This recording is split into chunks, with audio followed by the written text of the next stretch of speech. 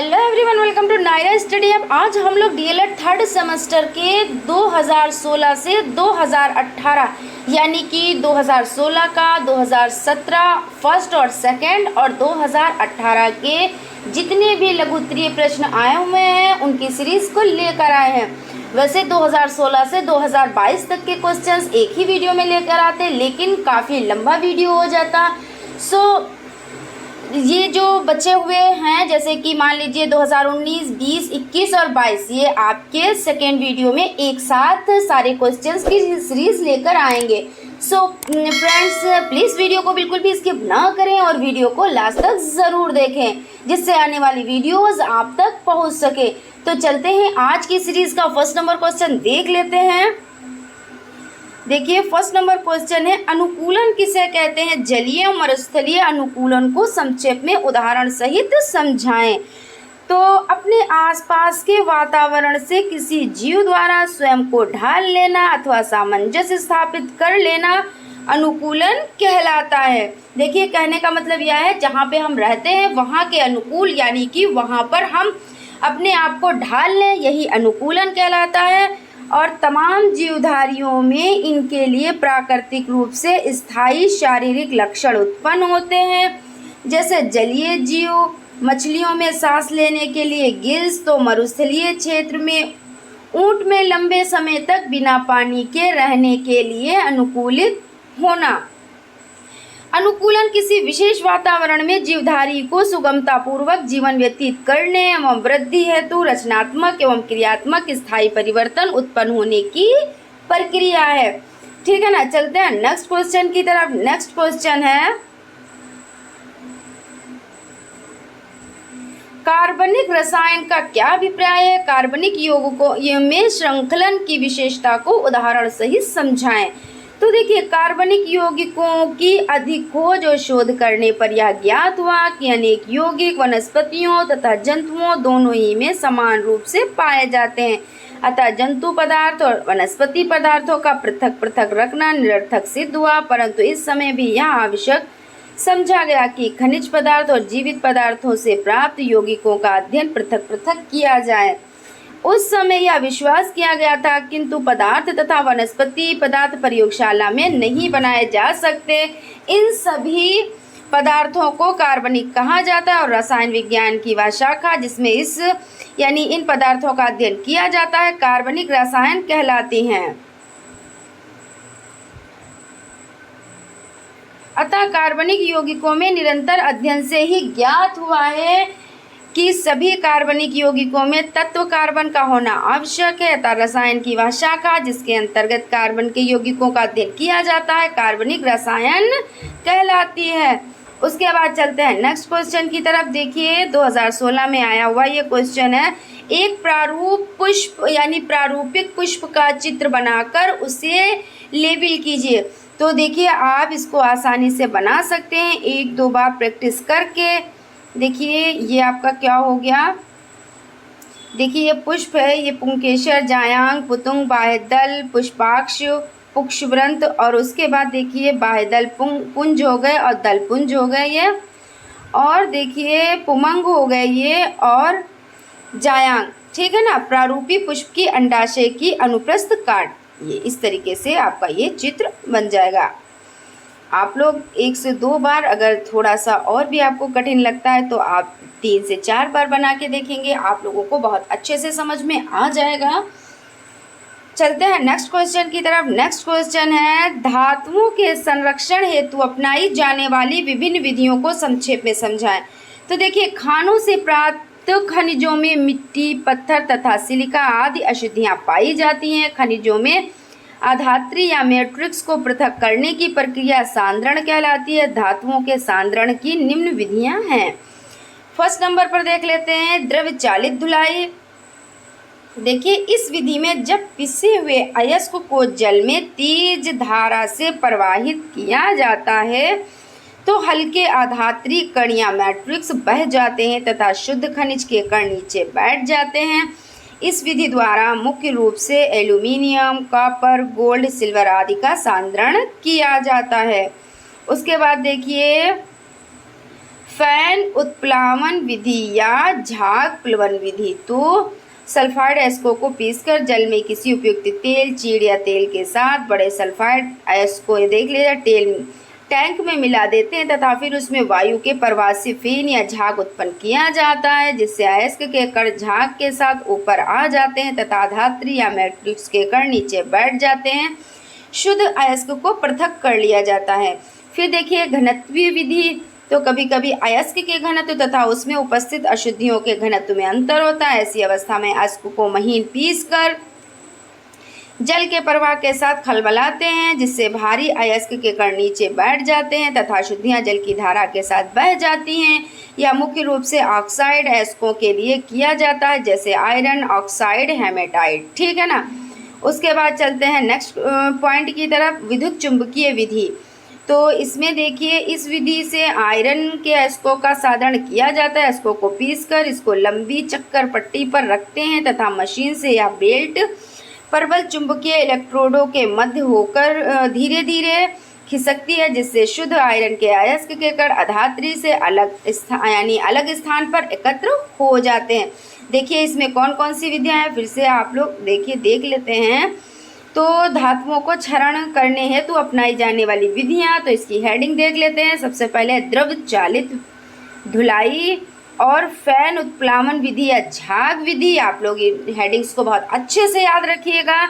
घनत्वीय विधि और विद्युत चुंबकीय विधि। उसके बाद चलते हैं नेक्स्ट क्वेश्चन की तरफ। देखिए ये क्वेश्चन आपका 2016 और 17 दोनों में आया हुआ है, इसलिए आपके लिए बहुत ही ज़्यादा इम्पोर्टेंट हो जाता है। देखिए पर्यावरण संरक्षण से आप क्या समझते हैं, आप पर्यावरण को कैसे संरक्षित करेंगे। देखिए आंसर देख लेते हैं। पर्यावरण संरक्षण, तो पर्यावरण शब्द दो शब्दों इन्वॉल्व तथा मेंट से मिलकर बना है, जिसका अर्थ है घेरना। प्रकृति में वायु, जल, मृदा, पेड़ पौधों तथा जीव जंतु सभी सम्मिलित होकर पर्यावरण बनाते हैं। वर्तमान में पर्यावरण मानवीय क्रियाकलापों के चलते अत्यंत प्रदूषित हो गया है, अतः इसमें संरक्षण की महती आवश्यकता हो गई है। पर्यावरण संरक्षित करने के लिए सबसे अधिक आवश्यकता प्रत्येक प्रकार के प्रदूषक को समाप्त करने की है। जैसे फर्स्ट नंबर देखिए SO2 पर नियंत्रण, सेकेंड नंबर पर है विद्युत चालित बैटरी चालित वाहनों का आविष्कार, थर्ड नंबर पर है जल स्रोतों का गंदा करना बंद कर देना चाहिए, फोर्थ नंबर पर है जैव प्रदूषण को पूर्णतः रोकना, 5 नंबर पर है हानिकारक गैसों के उत्सर्जन पर रोक आदि। और अधिकाधिक वृक्षारोपण पर्यावरण संरक्षण के लिए सबसे महत्वपूर्ण कदम है। उसके बाद देख लेते हैं नेक्स्ट क्वेश्चन। स्टरलाइजेशन विधि से खाद्य पदार्थों को सूक्ष्म जीवों से कैसे सुरक्षित रखा जाता है, संक्षेप में लिखिए। तो स्टरलाइजेशन का तात्पर्य है कीटाणु रहित करना अथवा निर्जलीकरण करना। क्या है स्टरलाइजेशन का मतलब, तो कीटाणु रहित करना।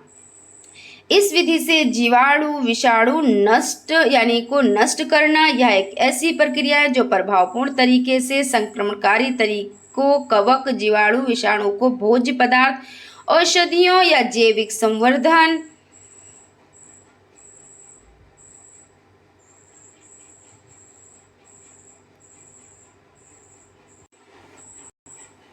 देखिए जैविक संवर्धन माध्यम से नष्ट कर देती है। ऊष्मा रसायन विकिरणों उच्च ताप अथवा छानने से होता है। और कीटाणु शोधन की दो विधियां हैं, कौन कौन सी हैं कीटाणु शोधन की दो विधियां, तो फर्स्ट नंबर पर हो जाती है भौतिक और सेकेंड नंबर पर हो जाती है रसायन। कौन सी हो जाती है, तो रासायनिक। ठीक है ना। ऊष्मा के द्वारा छानकर विकिरण द्वारा आदि रसायनों एथिलीन ऑक्साइड, ओजोन आदि का प्रयोग करके। किसका प्रयोग करके, तो देखिए ऊष्मा के द्वारा छानकर विकिरण आदि द्वारा रसायनों एथिलीन और देखिए एथिलीन ऑक्साइड, ओजोन आदि का प्रयोग करके, ठीक है ना। उसके बाद चलते हैं नेक्स्ट क्वेश्चन की तरफ। देखिए नेक्स्ट क्वेश्चन है, हाइपरमेट्रोपिया को स्पष्ट कीजिए। तो हाइपरमेट्रोपिया, यदि मनुष्य दूर की वस्तुओं को स्पष्ट रूप से देख सकता है परंतु पास की वस्तुएं स्पष्ट रूप से नहीं देख सकता, तो इस दोष को दूरदृष्टि दोष कहते हैं। क्या मतलब है? देखिए, यदि मनुष्य दूर की वस्तुओं को तो स्पष्ट देख सकता है, दूर की वस्तु को उसने देख लिया स्पष्ट, लेकिन पास की वस्तुओं को स्पष्ट नहीं देख पाता है। देखिए, पास की वस्तु को स्पष्ट नहीं देख पाता है, तो इस दोष को क्या कहेंगे? तो दूरदृष्टि दोष। उसके बाद देखिए,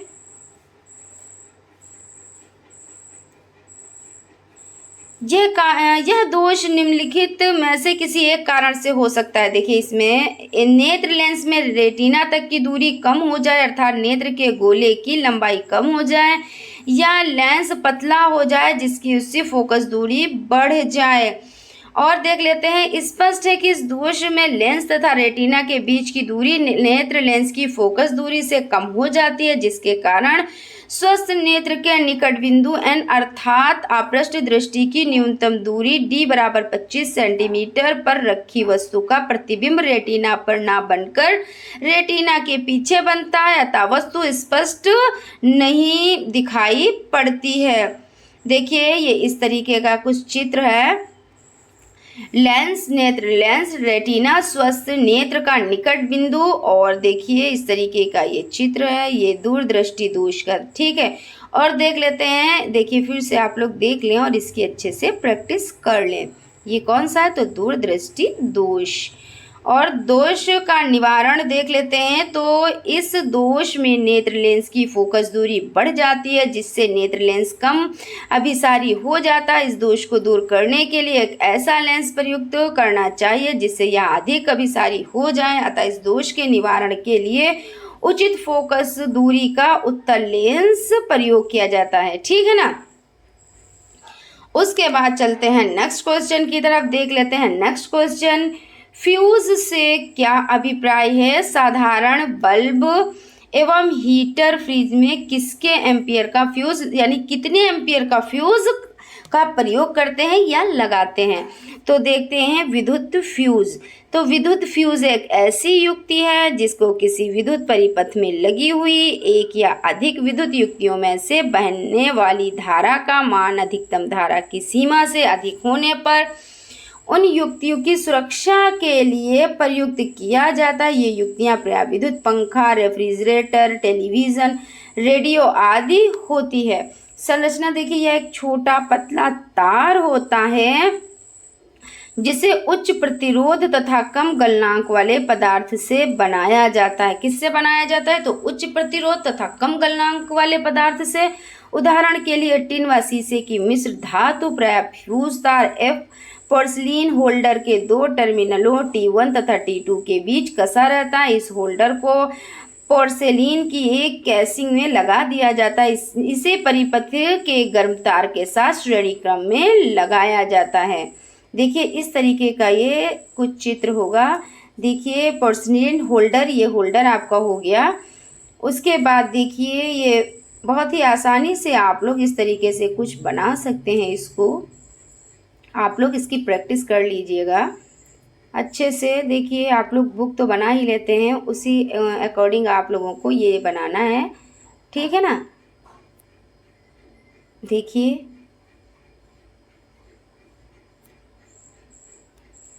देखिए फ्यूज का उपयोग देख लेते हैं। उपयोग है जब किसी कारणवश जैसे वोल्टेज के उतार चढ़ाव के कारण या परिपथ में कहीं पर लघुपंथन हो जाने यानी शॉर्ट सर्किटिंग, ठीक है ना। लघुपंथन यानी शॉर्ट सर्किटिंग हो जाने के कारण किसी विद्युत परिपथ में उसमें अधिकतम निर्धारित सीमा से अधिक धारा बहती है तो फ्यूज तार इतना अधिक गर्म हो जाता है कि वह पिघल जाता है। बल्ब तथा फ्रिज के लिए 5 एम्पियर तथा हीटर के लिए 15 एम्पियर से कम का फ्यूज लगाना चाहिए। कितने एम्पियर का? तो देखिए बल्ब और फ्रिज के लिए तो 5 एम्पियर तथा हीटर के लिए 15 एम्पियर का। उसके बाद चलते हैं नेक्स्ट क्वेश्चन की तरफ। देखिए नेक्स्ट क्वेश्चन है, उच्च रक्तचाप बीमारी क्या है, इसके क्या क्या कारण है, लिखिए। तो उच्च रक्तचाप उच्च रक्तदाब, तो यानी दाब कह लें या चाप कह लें, तो हृदय के संकुचन सिस्टोल के दौरान निलय संकुचित होते हैं और रक्त को बलपूर्वक धमनियों में प्रवाहित करते हैं। ये धमनियां रक्त को शरीर में ले जाती हैं। धमनियों में बहता हुआ रक्त उसकी लचीली दीवारों पर दबाव डालता है, इसी को रक्तदाब कहते हैं।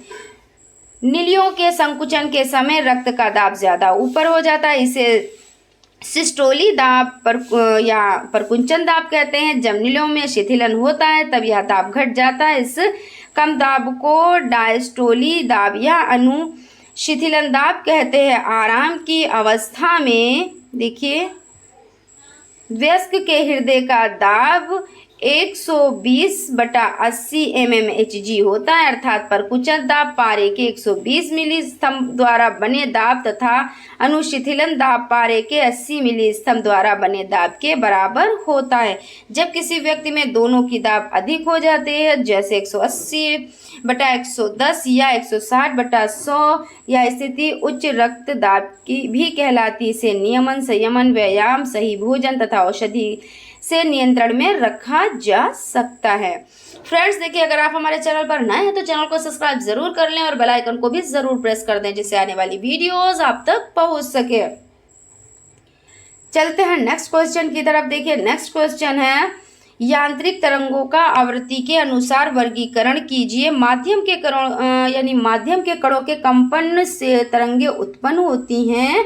इन तरंगों को यांत्रिक तरंगे कहते हैं। यांत्रिक तरंगे दो प्रकार की होती हैं, अनुप्रस्थ तरंग और अनुदैर्घ्य तरंग। देख लेते हैं अनुप्रस्थ तरंग। अनुप्रस्थ तरंगों के माध्यम के कण तरंग गति की दिशा के लंबवत कंपन करते हैं। शांत जल में पत्थर डालने पर जल की सतह पर उत्पन्न तरंगे अनुप्रस्थ तरंगे होती हैं। यदि इन तरंगों के मार्ग में एक कागज का छोटा टुकड़ा रख दें तो वह अपने ही स्थान पर ऊपर नीचे कंपन करता रहता, आगे नहीं बढ़ता है, अर्थात तरंग गति की दिशा के लंबवत कंपन करता है। तनी हुई डोरी जैसे सितार के तार अथवा एक सिरे पर दीवार से बंधी डोरी को एक दूसरे से ऊपर नीचे झटका देने पर भी अनुप्रस्थ तरंग उत्पन्न होती है। देखिए जैसे यहाँ पे क्या बता रहे हैं कि जल में, यानी जो शांत जल है उसमें पत्थर डालने पर क्या होता है, तो उसमें जो तरंग उत्पन्न होती है वो कौन सी होती है, तो वो अनुप्रस्थ होती है। और देखिए बंधी डोरी, जैसे एक सिरा बंधा है और दूसरे सिरे से ऊपर नीचे झटका देने पर क्या होता है, तब भी अनुप्रस्थ तरंग होती है। ये आप लोग उदाहरण अच्छे से याद रखिएगा। उसके बाद देखते हैं अनुप्रस्थ तरंगों की निम्न विशेषताएं होती हैं। देख लेते हैं विशेषताएं। तो माध्यम के कण तरंग संरचना की दिशा में लंबवत कंपन करते हैं। ये तरंगे केवल ठोस में तथा द्रव की सतह पर ही उत्पन्न की जा सकती हैं। इनमें सुरंग व गर्त बनते हैं, इसके कारण माध्यम के दाब परिवर्तन नहीं होता है। और अनुदैर्घ्य तरंग देख लेते हैं। अनुदैर्घ्य तरंगों के वे तरंगे हैं जिनमें माध्यम के कण तरंग संरचना की दिशा के में ही कंपन करते हैं। जैसे देख लेते हैं, लोहे की पत्ती को ठोकने पर उनके अंदर अनुदैर्घ्य तरंगे उत्पन्न होती हैं। इसके अतिरिक्त हमारे बोलने पर वायु में उत्पन्न तरंगे या किसी गैस में उत्पन्न तरंगे भी अनुदैर्घ्य होती हैं। अनुदैर्घ्य तरंगों की निम्न विशेषताएं होती हैं। इनमें माध्यम के कण तरंग संरचना की दिशा में ही कंपन करते हैं। अनुदैर्घ्य तरंगों के संचरण के यानी से माध्यम में संपीड़न तथा विरलन उत्पन्न होते हैं। ये तरंगे ठोस, द्रव्य व गैस तीनों में ही उत्पन्न की जा सकती हैं, परंतु किसी गैस या वायु में केवल अनुदैर्घ्य तरंग उत्पन्न होती है। इन तरंगों के कारण माध्यम में दाब परिवर्तित होता है। उसके बाद चलते हैं नेक्स्ट क्वेश्चन की तरफ। देख लेते हैं नेक्स्ट क्वेश्चन है, देखिए फ्रेंड्स ये वीडियो कुछ लंबा हो रहा है, मतलब ये कि देखिए ये लघुत्तरीय क्वेश्चंस की सीरीज है, इसलिए थोड़ा सा तो बड़ा वीडियो होगा। तो आप लोग प्लीज़ वीडियो को बिल्कुल भी स्किप ना करें और वीडियो को लास्ट तक ज़रूर देखें, क्योंकि ये वीडियो आप लोगों के लिए मोस्ट इम्पॉर्टेंट है। चलते हैं नेक्स्ट क्वेश्चन की तरफ। नेक्स्ट क्वेश्चन है, न्यूटन के गति विषयक तीनों नियमों को लिखिए। तो न्यूटन का गति विषयक प्रथम नियम, यदि कोई वस्तु विराम अवस्था में है तो वह विराम अवस्था में ही रहेगी और एक समान गति में तो यह सरल रेखा के एक समान गति करती रहेगी जब तक कि उस पर कोई बाह्य बल ना लगाया जाए। देखिए जैसे कि आप समझ सकते हैं कि न्यूटन का प्रथम नियम क्या कहलाता है, यदि कोई वस्तु अगर विराम अवस्था में है तो तब तक रहेगी जब तक उस पर कोई बाह्य बल ना लगाया जाए। जैसे कि टेबल पर अगर सेब रखा हुआ है तो अगर आप उसको उस पर मतलब आप उसको उठाएंगे नहीं या कोई बाह्य बल लगाएंगे नहीं तब तक वो वहीं पे रखा रहेगा। तो कहने का मतलब यह है कि यदि कोई विराम अवस्था में कोई वस्तु है तो तब तक वो रहेगी जब तक उस पर कोई बाह्य बल ना लगाया जाए। द्वितीय नियम देखिए, इस नियम के अनुसार किसी पिंड पर लगाया गया बल उसके द्रव्यमान तथा उसमें बल की दिशा में उत्पन्न त्वरण के गुणनफल के अनुक्रमानुपाती होता है। तो देखिए एम और गुणे ए, ठीक है ना, आप लोग याद रखें न्यूटन का गति विषयक तीसरा नियम। तो देखिए इस नियम के अनुसार क्रिया तथा प्रतिक्रिया बल सदैव युग्म के रूप में उपस्थित रहते हैं, अर्थात जब एक पिंड दूसरे पिंड पर बल लगाता है तो दूसरा पिंड भी पहले पर उतना ही विपरीत दिशा में बल लगाता है, ठीक है ना। उसके बाद चलते हैं नेक्स्ट क्वेश्चन की तरफ। देखिए नेक्स्ट क्वेश्चन है, ग्रीन हाउस गैसीय प्रभाव का धरती के बढ़ते तापमान से क्या संबंध है, स्पष्ट कीजिए। तो पृथ्वी प्रतिदिन सूर्य से बृहद मात्रा में ऊर्जा ग्रहण करती है जिसका अधिकांश भाग लगभग इसी वेग से पुनः इंफ्रारेड किरणों के रूप में उत्सर्जित कर लिया जाता है। किन किरणों के रूप में, तो इंफ्रारेड। इस प्रकार पृथ्वी की ऊर्जा और ताप का संतुलन बना रहता है। वायुमंडल में उपस्थित कार्बन डाइऑक्साइड और जल वाष्प इंफ्रारेड किरणों को शोषित करके किरणों का कुछ भाग पृथ्वी के पृष्ठ को पुनः उत्सर्जित कर देते हैं जिससे पृथ्वी का ताप बढ़ जाता है। इसे हरित गृह प्रभाव कहते हैं या ग्लोबल वार्मिंग का कारण है। उसके बाद चलते हैं नेक्स्ट क्वेश्चन की तरफ। देखिए नेक्स्ट क्वेश्चन है, रॉकेट के उड़ने का सिद्धांत संक्षेप में समझाएं। तो रॉकेट के उड़ने का सिद्धांत देखिए न्यूटन के गति विषयक तृतीय नियम क्रिया प्रतिक्रिया पर आधारित है। किस नियम पर आधारित है, न्यूटन के तृतीय नियम क्रिया प्रतिक्रिया पर आधारित है। देखिए चित्र आप इस तरीके से इसे आसानी से बना सकते हैं, ठीक है ना। और देखिए ये क्रिया है और ये प्रतिक्रिया, ठीक है ना। और रॉकेट की दिशा तो ये है और गैस जेट, ठीक है ना। और आप लोग अच्छे से इसको बना सकते हैं।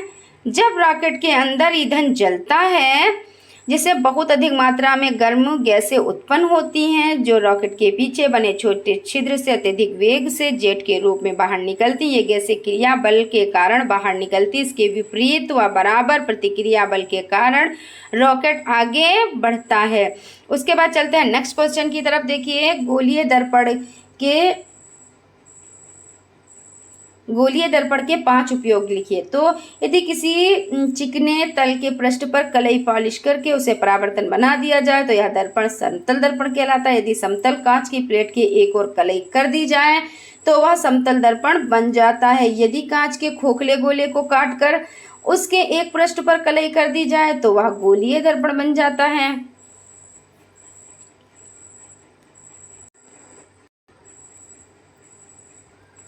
यदि खोखले गोले के कटे भाग के उभरे पृष्ठ अर्थात उत्तल पृष्ठ पर कलई कर दी जाए तो वह अवतल दर्पण बन जाता है। यदि हम खोखले गोले के कटे भाग के धंसे पृष्ठ अर्थात अवतल पृष्ठ पर कलई करें तो वह उत्तल दर्पण बन जाता है। चलते हैं नेक्स्ट क्वेश्चन की तरफ। नेक्स्ट क्वेश्चन है, किसी खाली बड़े कमरे में आवाज करने पर उसकी गूंज क्यों सुनाई देती है। तो देखिए ध्वनि के परावर्तन के कारण हमें गूंज सुनाई देती है। किसके कारण, तो ध्वनि के परावर्तन के कारण। ये चीज़ आप लोग बहुत अच्छे से याद रखिएगा। ध्वनि को फैलने से बचाकर उन्हें बार बार परावर्तित करके एक दिशा में भेजने से ध्वनि की तीव्रता बढ़ जाती है। और देखिए संगीत हॉल तथा सिनेमा हॉल की छतें यानी वक्री बनाई जाती हैं। कैसी बनाई जाती है, तो वक्री बनाई जाती है जिससे छत से परावर्तित होकर ध्वनि सभा भवन के सभी भागों में पहुंच जाए। और देखिए किसी पहाड़ी के सामने खड़े होकर यदि हम जोर से किसी का नाम लें तब थोड़ी देर बाद वही आवाज़ हमें सुनाई देती है। किसी बड़े खाली हॉल में एक कोने से यदि कोई ध्वनि निकाले तब वह कई बार हमें सुनाई दे सकती है। ध्वनि तरंगों के परावर्तन द्वारा होने वाला ध्वनि की पुनरावृत्ति के कारण ही ये प्रतिध्वनि हमें सुनाई देती है। उसके बाद चलते हैं नेक्स्ट क्वेश्चन की तरफ। ध्वनि संचरण के लिए 3 सिद्धांत लिखिए। तो देखिए, ध्वनि संचरण के सिद्धांत, हमारे कान जिस संवेदन का अनुभव करते हैं उसे ध्वनि कहते हैं। यह ऊर्जा का एक रूप है और इसके लिए एक माध्यम की आवश्यकता होती है।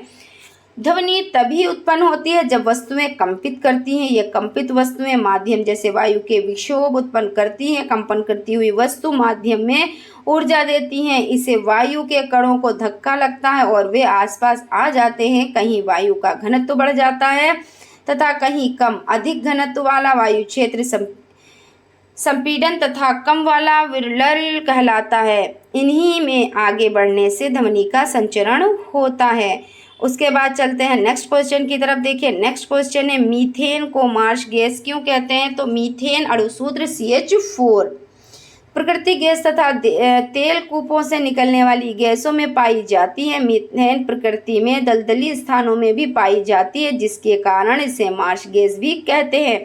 कोयले की खानों से निकलने वाली गैसों में इसकी मात्रा 40% तक होती है, जिसके कारण इसमें प्राय आग लग जाती है, अतः इसे नम अग्नि भी कहा जाता है। किसे नम अग्नि भी कहा जाता है? तो मीथेन को, ठीक है ना, और मार्श गैस भी, ठीक है। और मार्श गैस क्यों कहा जाता है? तो देखिए, ये दलदली स्थानों में पाई जाती है, जिसके कारण इसे मार्श गैस कहते हैं, ठीक है ना। उसके बाद चलते हैं नेक्स्ट क्वेश्चन की तरफ। नेक्स्ट क्वेश्चन है, जापानी मस्तिष्क ज्वर क्या है? इसका संक्रमण किससे होता है? तो जापानी मस्तिष्क ज्वर यह जीवाणु तथा विषाणु दोनों के द्वारा फैलता है तथा शरीर में मस्तिष्क तथा मेरुरज्जु की झिल्लियों पर आक्रमण करता है। और यह हर्पीज सिम्प्लेक्स किसके द्वारा? तो हर्पीज सिम्प्लेक्स विषाणु के द्वारा फैलता है, जो क्यूलेक्स मच्छर के द्वारा स्थानांतरित होते हैं। इसके लक्षण देख लेते हैं। तो 103 डिग्री से 105 डिग्री फ़ारेनहाइट तक बुखार, मस्तिष्क की झिल्लियों में सूजन, थकान तथा ग्रीवा में कठोरता, आलस तथा भ्रम का होना और सांस लेने में कष्ट तथा याददाश्त में कमी। देख लेते हैं। देखिए, इसका ये आप याद रखिएगा, हर्पीज सिम्प्लेक्स, ठीक है ना, बहुत अच्छे से याद रखिएगा। और देखिए, रोकथाम एवं उपचार के लिए, तो रोकथाम और उपचार के लिए यानी मच्छरों की वृद्धि को रोकना, नालियों में कीटनाशकों का छिड़काव, विषाणु प्रतिरोधी औषधि का प्रयोग, दर्द निवारक औषधि का प्रयोग और पूर्ण विश्राम। फिर देखिए, व्यक्तिगत वस्तुओं का दूसरे के साथ साझा नहीं, हाथों की सफाई का ध्यान तथा प्रतिरक्षा तंत्र को मजबूत व स्वस्थ रखना। अब देखते हैं नेक्स्ट क्वेश्चन है आपका, मटर कुल के पौधों की जड़ का नामांकित चित्र बनाएं। तो देखिए, कुछ इस तरह से चित्र बनेगा। आप लोग इसको बहुत ही आसानी से बना सकते हैं, मटर कुल का पौधा, ठीक है ना, बहुत ही आसानी से एक बार बनाएंगे और आप लोगों की समझ में आ जाएगा, ठीक है ना।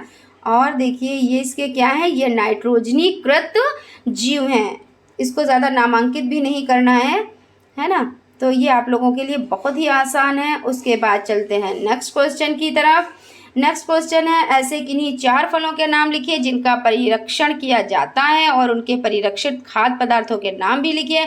तो सेब, केला, अनानास तथा अनार आदि फलों का परिरक्षण किया जाता है। इसको sodium benzoate carbon, sodium Meta bisulphide तथा एसिटिक एसिड द्वारा परिरक्षित किया जाता है। फ्रेंड्स, आप हमारे चैनल से ऐसे ही जुड़े रहें और अगर हमारे चैनल पर नए हैं तो प्लीज़ चैनल को सब्सक्राइब ज़रूर कर लें और बेल आइकन को भी ज़रूर प्रेस कर दें। और अगर आपको वीडियो अच्छी लगे तो प्लीज़ एक लाइक भी ज़रूर कर दें। और फ्रेंड्स, आप लोग वीडियो को बिल्कुल भी स्किप ना करें और वीडियो को लास्ट तक ज़रूर देखें, क्योंकि आप लोगों के लिए मोस्ट इम्पॉर्टेंट वीडियो है।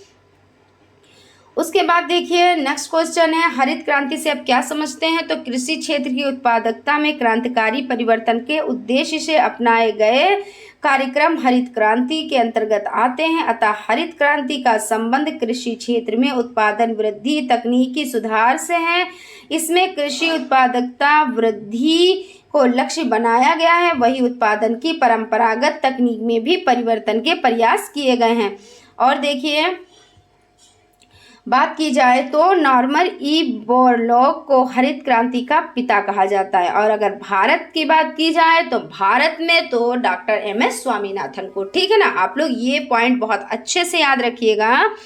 उसके बाद चलते हैं नेक्स्ट क्वेश्चन की तरफ। सामान्य स्वस्थ मनुष्य में रक्त शर्करा की मात्रा भोजन से पहले और भोजन के पश्चात कितनी होनी चाहिए? तो देखिए, सामान्य स्वस्थ मनुष्य में रक्त शर्करा की मात्रा भोजन से पूर्व यानी खाली पेट में 70 से 120 ml/dl के बीच होनी चाहिए। कितनी होनी चाहिए? तो 70 से 120 ml/dl, ठीक है ना। और ये खाली पेट की हो गई। और खाने के पश्चात लगभग 2 घंटा, तो यहाँ कितनी हो गई? तो 140 mg/dl से कम होनी चाहिए, ठीक है ना। आप लोग अच्छे से याद रखना। और उसके बाद चलते हैं नेक्स्ट क्वेश्चन की तरफ। नेक्स्ट क्वेश्चन है, अभिसारित एवं अपसारित लेंस में क्या अंतर है? सचित्र संक्षेप में समझा। यदि किसी चिकने तल के पृष्ठ पर कलई पॉलिश करके उसे परावर्तक दिया यानी परावर्तक बना दिया जाए तो यह दर्पण कहलाता है। यदि समतल कांच की प्लेट के एक और कलई कर दी जाए तो यह समतल दर्पण कहलाता है, ठीक है ना। और यदि कांच के खोखले गोले को काटकर उसके एक पृष्ठ पर कलई कर दी जाए तो वह गोलीय दर्पण कहलाता है। यदि खोखले गोले के कटे भाग के ऊपरी पृष्ठ अर्थात उत्तल पृष्ठ पर कलई कर दी जाए तो वह अवतल दर्पण बनता है। यदि हम खोखले गोले के कटे भाग के धसे पृष्ठ अर्थात अवतल पृष्ठ पर कलई करें तो उत्तल दर्पण बन जाता है। ये देखिए, इसका चित्र है अवतल व उत्तल दर्पण। आप लोग इसकी भी प्रैक्टिस अच्छे से कर लीजिएगा, ठीक है ना। उसके बाद चलते हैं, आप लोग देखिए स्क्रीनशॉट ले लें या देखिए आप लोग इसी तरीके से इसकी प्रैक्टिस कर लें। फिर अवतल दर्पण आपतित किरणों को एक बिंदु पर एकत्रित करता है, अतः अवतल दर्पण को अभिसारी दर्पण भी कहते हैं। उत्तल दर्पण आपतित किरणों को परावर्तन के पश्चात फैलाता है, अतः उत्तल दर्पण को अपसारी दर्पण भी कहते हैं। अब चलते हैं नेक्स्ट क्वेश्चन की तरफ। देखिए, अब आपके बस 2 से 3 क्वेश्चंस बचे हुए हैं। आप लोग ऐसे ही पेशेंस बनाए रखें और प्लीज़ वीडियो को बिल्कुल भी स्किप ना करें और वीडियो को लास्ट तक ज़रूर देखें, क्योंकि आप लोगों के लिए ये वीडियो मोस्ट इम्पॉर्टेंट है। वन संरक्षण एवं वन्य जीव संरक्षण के 2 उपाय लिखें। तो वन संरक्षण के उपाय, वृक्षों की कटाई तथा नए पेड़ लगाने की दर लगभग समान हो, अनियोजित व अवैधानिक रूप से वृक्षों की कटाई को रोकने के लिए कानून बनाकर कड़ाई से पालन किया जाए, ठीक है ना। ये वन संरक्षण के उपाय हो गए। और वन जीव संरक्षण के उपाय क्या है? तो देखिए, नियम कानून एवं प्रतिबंधों के द्वारा वन्य जीवों का अनावश्यक आखेट रोका जाए और वन्य जीवों के प्राकृतिक आवासों को उनके लिए और अनुकूल बनाया जाए। चलते हैं नेक्स्ट क्वेश्चन की तरफ। नेक्स्ट क्वेश्चन है, प्रतिध्वनि किसे कहते हैं? किसी बड़े खाली हॉल में एक कोने में यदि हम कोई ध्वनि उत्पन्न करें तब वह ध्वनि हमें कई बार सुनाई दे सकती है। किसी पहाड़ी के सामने हम जोर से कोई नाम ले, थोड़ी देर बाद वही आवाज़ हमें पुनः सुनाई देती है, अतः ध्वनि तरंगों के परावर्तन द्वारा उत्पन्न होने वाली ध्वनि की पुनरावृत्ति को प्रतिध्वनि कहते हैं। उसके बाद देखते हैं नेक्स्ट क्वेश्चन। देखिए, लास्ट सेकंड क्वेश्चन है, हाइड्रोकार्बन यौगिक क्या है? यह कितने प्रकार का होता है? तो देखिए, केवल कार्बन तथा हाइड्रोजन तत्वों के परस्पर संयोग से बने यौगिक हाइड्रोकार्बन कहलाते हैं। और हाइड्रोकार्बन 2 प्रकार के होते हैं, संतृप्त हाइड्रोकार्बन तथा असंतृप्त हाइड्रोकार्बन। वे कार्बन जिनमें कार्बन की चारों संयोजकताएं एकल सहसंयोजक बंधों द्वारा पूर्ण रूप से संतुष्ट होती हैं, संतृप्त हाइड्रोकार्बन कहलाती हैं। और जिन का हाइड्रोकार्बन में कम से कम 2 या 2 से अधिक यानी कि कार्बन परमाणु एक दूसरे से युग्म बंध या त्रिक बंध द्वारा जुड़े होते हैं तो असंतृप्त हाइड्रोकार्बन कहलाते हैं। उसके बाद चलते हैं आज की सीरीज का लास्ट क्वेश्चन देख लेते हैं। लास्ट क्वेश्चन देखने से पहले प्लीज़ अगर आप हमारे चैनल पर नए हैं तो चैनल को सब्सक्राइब ज़रूर कर लें और बेल आइकन को भी ज़रूर प्रेस कर दें, और हो सके तो कम से कम अपने 5 फ्रेंड्स में तो ये वीडियो ज़रूर शेयर करें। देखिए, मधुमेह के रोगियों को अपनी जीवन शैली में क्या बदलाव करना चाहिए? तो मधुमेह के रोगियों को अपने खान पान तथा जीवन शैली में पर्याप्त परिवर्तन करना चाहिए, धूम्रपान छोड़ देना चाहिए, पर्याप्त नींद लेनी चाहिए, शारीरिक व्यायाम करना चाहिए लगभग 150 मिनट प्रति सप्ताह। देखिए फ्रेंड्स, आज यहीं तक। Thank you.